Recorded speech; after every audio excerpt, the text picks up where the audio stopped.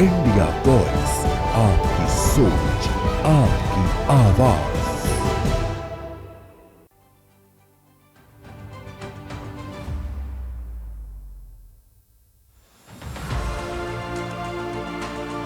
नमस्कार, आप देख रहे हैं इंडिया वॉइस और मैं हूं आपके साथ चारुल कौशिक। आज हम एक ऐसे मामले का विश्लेषण करने जा रहे हैं जिसका संबंध धर्मांतरण और अश्लीलता के खेल से जुड़ा है। ये सब कुछ आईटी की दुनिया में एक प्रतिष्ठित कंपनी में धड़ल्ले से चल रहा था। जी हां, हम बात कर रहे हैं मल्टीनेशनल कंपनी टीसीएस की। महाराष्ट्र के नासिक के टीसीएस ब्रांच में एचआर एग्जीक्यूटिव सहित कर्मचारियों के एक समूह पर जबरन धर्म परिवर्तन कराने के गंभीर आरोप लगे हैं। आरोप के मुताबिक एचआर एग्जीक्यूटिव निदा खान ने मुस्लिम टीम लीडर्स के साथ मिलकर कई लोगों पर इस्लाम अपनाने के लिए दबाव बनाया। खुलासा हुआ है कि महिलाओं को नमाज पढ़ने के लिए मजबूर किया गया और गौमांस खाने के लिए भी कहा गया। नासिक की टीसीएस कंपनी में चल रहे धर्मांतरण और अश्लीलता का खेल जब से खुला है तब से हड़कंप मच गया है। जैसे जैसे जांच बढ़ रही है वैसे वैसे परतें उभर रही हैं और जो सच सामने आ रहा है वह काफी भयावह है। इस गंदे धंधे के पीछे जो चेहरे हैं उनमें पहला नाम है दानिश शेख का, दूसरा है तौसीफ अख्तर, तीसरा है निदा खान, चौथा चेहरा है अश्विनी चैनल और पांचवा चेहरा है इमरान। इस मामले में अब तक 9 एफआईआर दर्ज किए जा चुके हैं। इनमें 7 पुरुष और 2 महिला आरोपी हैं। सभी 7 पुरुष एक दूसरे के मामले में सह आरोपी भी हैं। ये सभी एक ग्रुप बनाकर गुनाह को अंजाम देते थे। एचआर एग्जीक्यूटिव निदा खान पर कर्मचारियों पर दबाव बनाकर धर्म परिवर्तन कराने की साजिश का आरोप है। इनके किसी बैन किए गए संगठन के संपर्क में है या नहीं, इसके लिए एनआईए और एटीएस से संपर्क किया जा रहा है। अब तक 12 पीड़ितों की पुष्टि हो चुकी है। इस धर्म परिवर्तन के मामले में पुलिस को कई व्हाट्सएप चैट्स भी हाथ लगी हैं, जिससे पता चला है कि कंपनी की आड़ में गिरोह अपना एजेंडा चला रहा था। फिलहाल पुलिस को मुख्य आरोपी निदा खान की तलाश है। इस बीच 3 पीड़िताओं ने निदा खान के बारे में बताया है कि वह उनके धर्म के बारे में गलत बातें करती थी, उन पर धर्म परिवर्तन का दबाव बनाती थी। हालांकि अभी युवतियों ने एफआईआर दर्ज नहीं कराया है, लेकिन उम्मीद है कि जल्द ही ये लोग भी पुलिस थाने में निदा खान के खिलाफ अपनी एफआईआर दर्ज कराएंगी। इनमें से एक पीड़ित युवती ने बताया कि दानिश शेख ने उससे कॉलेज में पढ़ाई के दौरान दोस्ती की, फिर उसने टीसीएस में उसे नौकरी दिलवाई। इस दौरान उसने पीड़िता का जबरन शोषण किया और इतना ही नहीं, उसके दोस्त तौसीफ अख्तर ने भी पीड़िता से जबरदस्ती करने की कोशिश कई बार की है। निदा खान और उन दोनों युवकों ने पीड़िताओं को धर्म परिवर्तन के लिए उकसाते रहे, उन पर दबाव बनाते रहे। अब तक जिन 9 पीड़ितों ने एफआईआर दर्ज कराई है, उन लोगों ने रेप और शादी का झांसा देकर यौन उत्पीड़न और हिंदू देवी देवताओं पर अश्लील टिप्पणी करने, नॉनवेज खाने और नमाज पढ़ने के लिए मजबूर करने जैसे गंभीर आरोप है। आरोपी टीम लीडर कर्मचारियों पर इस्लामी रीति रिवाज अपनाने का दबाव डाल रहे थे। जांच के दौरान व्हाट्सएप चैट में इमरान नाम के एक शख्स का नाम सामने आया है, जिसे कथित तौर पर मलेशिया से संबंध है। शक है कि इमरान भड़काऊ तकरीर के जरिए इन कर्मचारियों पर इस्लाम धर्म अपनाने का दबाव डाल रहा था। आरोप है कि व्हाट्सएप ग्रुप का हिस्सा कंपनी के एचआर हेड निदा खान भी थी। एसआईटी की टीम व्हाट्सएप की डिलीट मैसेज को रिकवर करने की कोशिश में जुटी है। एक जानकारी ये भी है कि शिकायत मिलने के बाद पुलिस ने 4 महिला कांस्टेबल को गुप्त रूप से हाउसकीपिंग स्टाफ बनाकर तैनात किया था, ताकि वह कैंपस के अंदर की गतिविधियों पर नजर रख सके। आपको बता दें कि एचआर एग्जीक्यूटिव निदा खान अभी ब्रेन वॉश कर रही है। पुलिस के मुताबिक एसआईटी जांच कर रही है कि कहीं देश के बाहर इन लोगों को फंडिंग तो नहीं हो रही। एसआईटी ये भी जांच कर रही है कि एचआर एग्जीक्यूटिव निदा खान मुस्लिम कर्मचारियों की भर्ती में कोई खास पैटर्न अपनाती थी या नहीं। भाजपा सहित हिंदूवादी संगठनों ने नासिक के टीसीएस दफ्तर के बाहर जमकर विरोध प्रदर्शन किया, तो विपक्ष इसे तुष्टीकरण की सियासत बता रहा है। पुलिस ने टीसीएस कंपनी से जवाब मांगा है। कंपनी की ओर से कहा गया है कि कंपनी ने शिकायतों को गंभीरता से लिया है। आरोपी कर्मचारियों के खिलाफ कार्रवाई पहले से ही शुरू की जा चुकी है और कंपनी जांच में पूरा सहयोग दे रही है।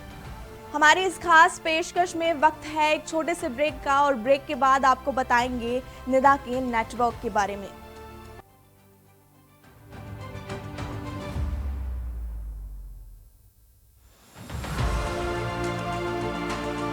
आइए अब आपको नासिक के टीसीएस की एचआर एग्जीक्यूटिव निदा खान के बारे में बताते हैं, जो फिलहाल फरार है और एसआईटी उसकी तलाश कर रही है। निदा खान पर धर्मांतरण और यौन उत्पीड़न के गंभीर आरोप लगे हैं। एफआईआर में ये भी दावा है कि वह कर्मचारियों को बुर्का पहनने और इस्लामी रीति रिवाज अपनाने के लिए कहती थी। एचआर एग्जीक्यूटिव निदा खान का ऑफिस के अंदर इतना प्रभाव था कि सभी उससे डरते थे, इसलिए उसके साथी कर्मचारी उसे दबंग मैम कहकर बुलाते थे। एफआईआर में दर्ज आरोपों के अनुसार निदा खान केवल एचआर की भूमिका तक ही सीमित नहीं थी। वो उन टीम लीडर्स के साथ खड़ी नजर आती थी जिन पर महिला कर्मचारियों के उत्पीड़न और जबरन धर्म परिवर्तन के प्रयास के आरोप हैं। बताया गया है कि वह महिलाओं को इस्लामी परंपराओं के अनुसार कपड़े पहनने और रीति रिवाजों का पालन करने के तरीके बताती थी। कुछ पीड़ितों का कहना है कि यह सलाह नहीं बल्कि दबाव होता था। एक महिला कर्मचारी ने बताया कि निदा उन्हें बताती थी कि बुर्का कैसे पहना जाता है। नासिक में दर्ज 9 एफआईआर में पहली ही शिकायत में निदा खान का नाम सामने आया था।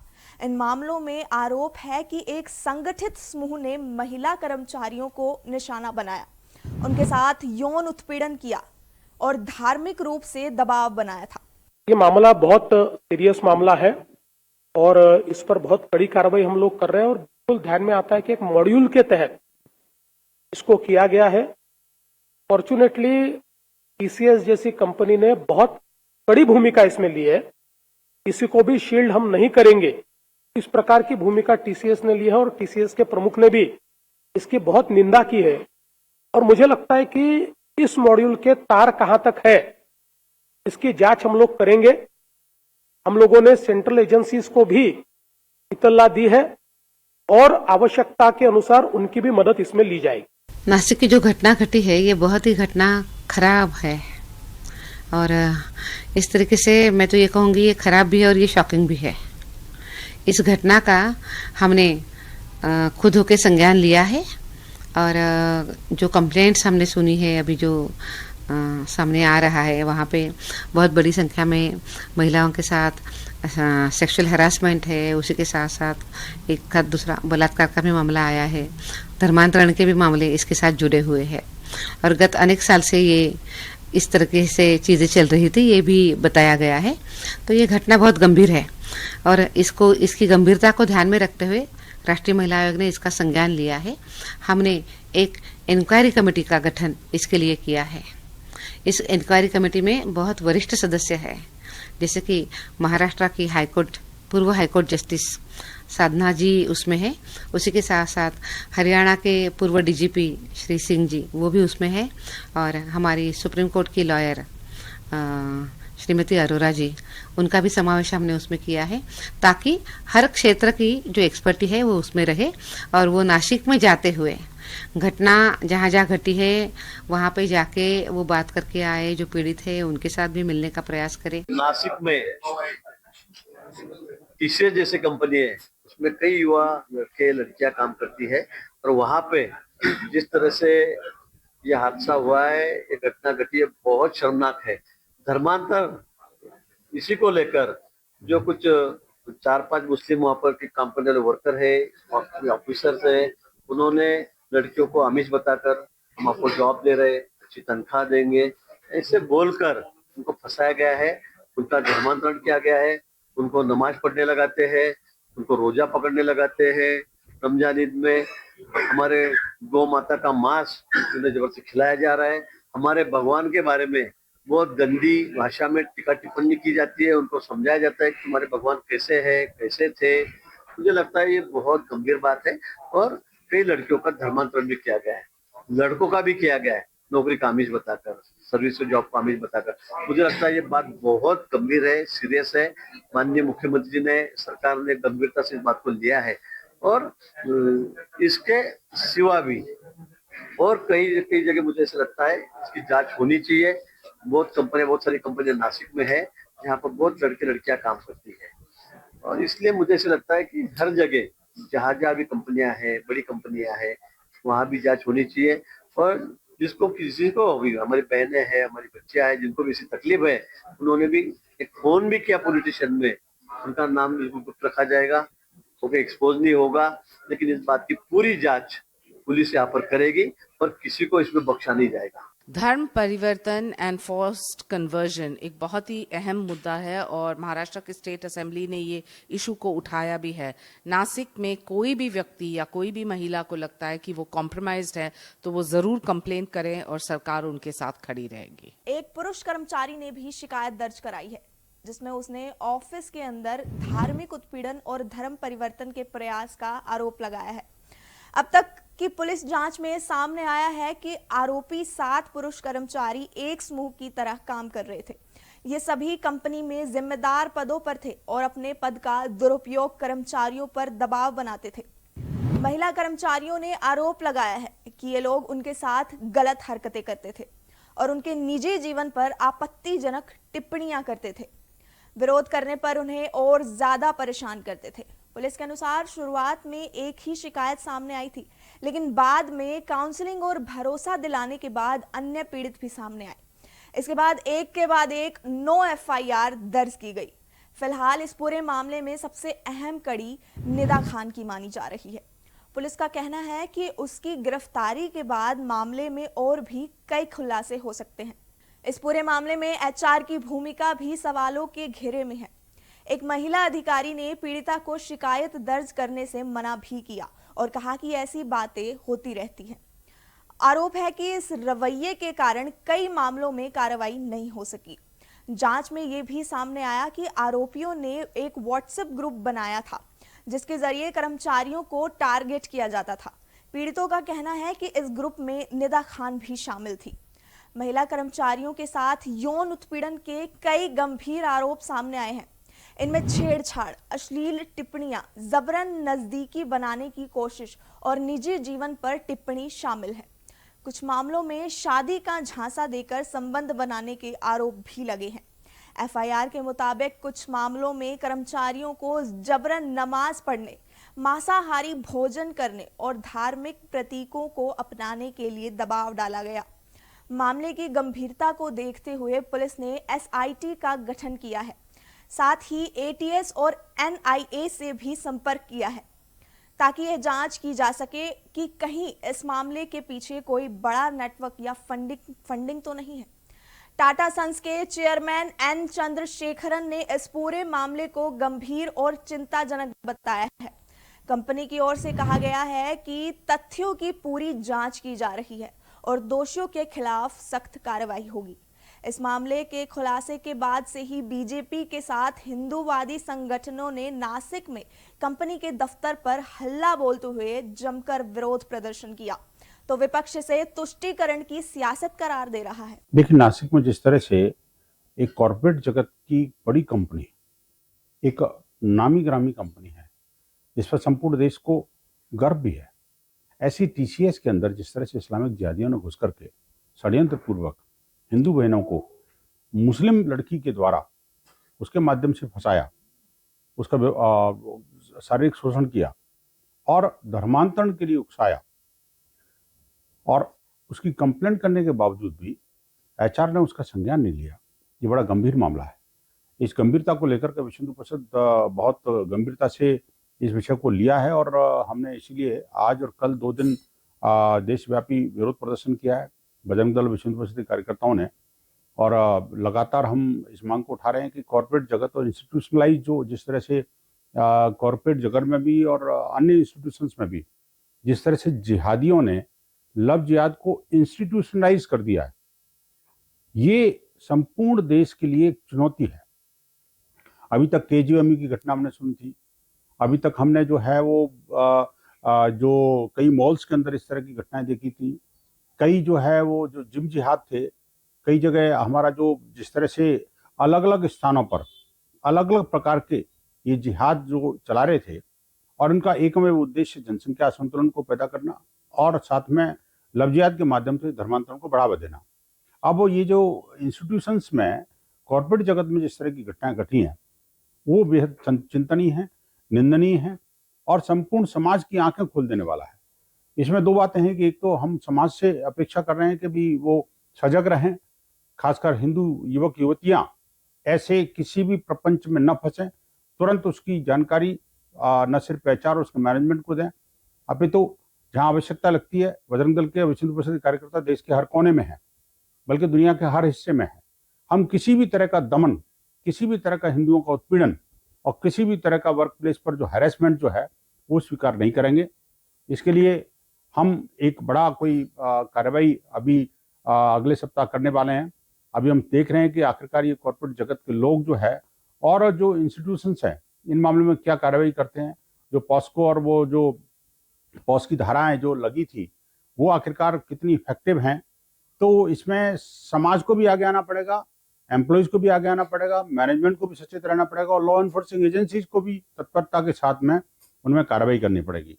नहीं तो परिषद और बजरंग दल के कार्यकर्ता हिंदू अस्मिता के लिए, हिंदू जीवन मूल्यों की रक्षा के लिए, धर्मांतरण पर अंकुश लगाने के लिए बिल्कुल सक्रिय रूप से खड़े हैं। हम राज्य सरकारों से भी निवेदन कर रहे हैं कि जहाँ जहाँ भी ये जो लव जिहाद और धर्मांतरण के विरुद्ध कठोर कानून नहीं, अभी सिर्फ 12 राज्यों में है दुर्भाग्य से, शेष राज्य सरकारें भी इसमें कानून बनाएं और केंद्र सरकार भी अगर एक बड़ा कानून बनाती है, देशव्यापी कानून होगा, तो उसका भी एक लंबे और दीर्घकालिक परिणाम उससे सामने आए। हमारा कहना है टीसीएस ये कंपनी में बहुत बड़ा रैकेट चल रहा है। इसके पहले भी एक महिला ने पुणे के हेड ऑफिस में ईमेल किया था कि ऐसा ऐसा चल रहा है, ऐसी ऐसी तकलीफ है। अगर तभी वो देख लेते तो ये होता नहीं था। इसका मतलब टीसीएस कंपनी में कोई विशिष्ट जाति के लोग ये रैकेट चला रहे हैं, उसका पर्दाफाश होना चाहिए। कंपनी पर भी कार्रवाई होना चाहिए। देखिए, ऐसा है कि जिस प्रकार से टीसीएस कंपनी में जोर जबरदस्ती से धर्मांतरण किया गया, लोगों को प्रेशर किया गया, ये सारी बातें सामने आई हैं। सरकार बहुत अच्छी तरह से इस पर काम कर रही है। नासिक पुलिस, महाराष्ट्र का गृह विभाग ये इसकी छानबीन कर रहे हैं, लोग आगे आ रहे हैं और इसी प्रकार से एक मजबूत केस ये बनेगा और जिस प्रकार की जिन्होंने इस प्रकार का काम किया है उन सभी के ऊपर कड़ी से कड़ी सजा होगी उनको। टीसीएस के नासिक ब्रांच में, नासिक ऑफिस में जिस प्रकार से वहां काम कर रही हिंदू लड़कियों के ऊपर लगातार दबाव डाला गया, धर्म परिवर्तन करने के लिए उनका यौन शोषण किया गया, ये साधारण घटना नहीं है, बहुत ही खतरनाक घटना है। महाराष्ट्र पुलिस ने इस पूरी घटना का संज्ञान लिया है। हमारे माननीय मुख्यमंत्री और माननीय उप मुख्यमंत्री दोनों ने इस विषय को बहुत गंभीरतापूर्वक लिया है। महाराष्ट्र पुलिस ने कार्रवाई शुरू की, 7 लोगों को गिरफ्तार किया गया। अभी भी जो एक किंग पिन था इस पूरे मामले का, वो अभी भी फरार है। तो टीसीएस के समक्ष हम ये सवाल रखना चाहते हैं कि आप एक इतनी प्रतिष्ठित कंपनी है, पूरी दुनिया में जो टेक्नोलॉजी सर्विसेज आप निर्यात करते हैं और पूरी दुनिया की जो बड़ी बड़ी टेक्नोलॉजी कंपनी, जो आईटी कंपनी, जो उनमें से आप एक हैं, और आपके नाक के नीचे आपकी कंपनी में इतना बड़ा व्यभिचार हो रहा है और आपको पता ही नहीं चला। निश्चित तौर पर पूरी टीसीएस इस अपराध के लिए, महिलाओं के यौन शोषण के लिए जिम्मेदार है और टीसीएस के जो वरिष्ठ अधिकारी हैं, जिनसे उम्मीद की जाती थी कि उनके दफ्तरों में एक अच्छा सामाजिक वातावरण होगा, किसी प्रकार से सांप्रदायिक सद्भाव का वातावरण होगा, वो वातावरण नहीं रह पाया। इसके लिए टीसीएस के बड़े अधिकारी जिम्मेदार है और उनके खिलाफ भी कार्रवाई होनी चाहिए। पुलिस को उनके खिलाफ भी केस रजिस्टर करना। ऐसा जो हुआ है वो बिल्कुल गलत हुआ है। उसका कोई कौन सी भी शब्द में उसका समर्थन नहीं हो सकता। औरतों के बारे में देखने का नज़रिया जब तक समाज का बदलता नहीं तब तक ये होता रहेगा और जिन्होंने किया है उनके खिलाफ कार्रवाई बिल्कुल होनी चाहिए। लेकिन इस तरह की बातें करना, ऐसा इस तरह के खाली मुसलमान करता है ऐसा समझना गलत बात है। हिंदू भी करते हैं क्योंकि नज़रिया ये गलत है।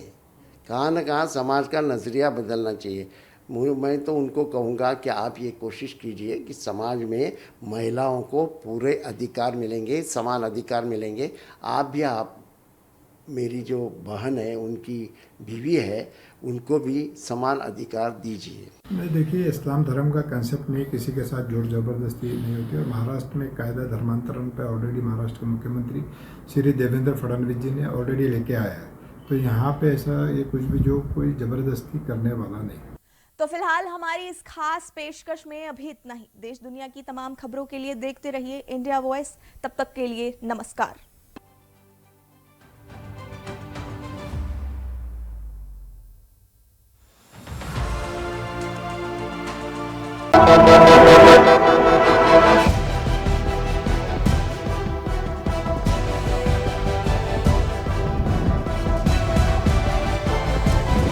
इंडिया वॉइस, आपकी सोच, आपकी आवाज।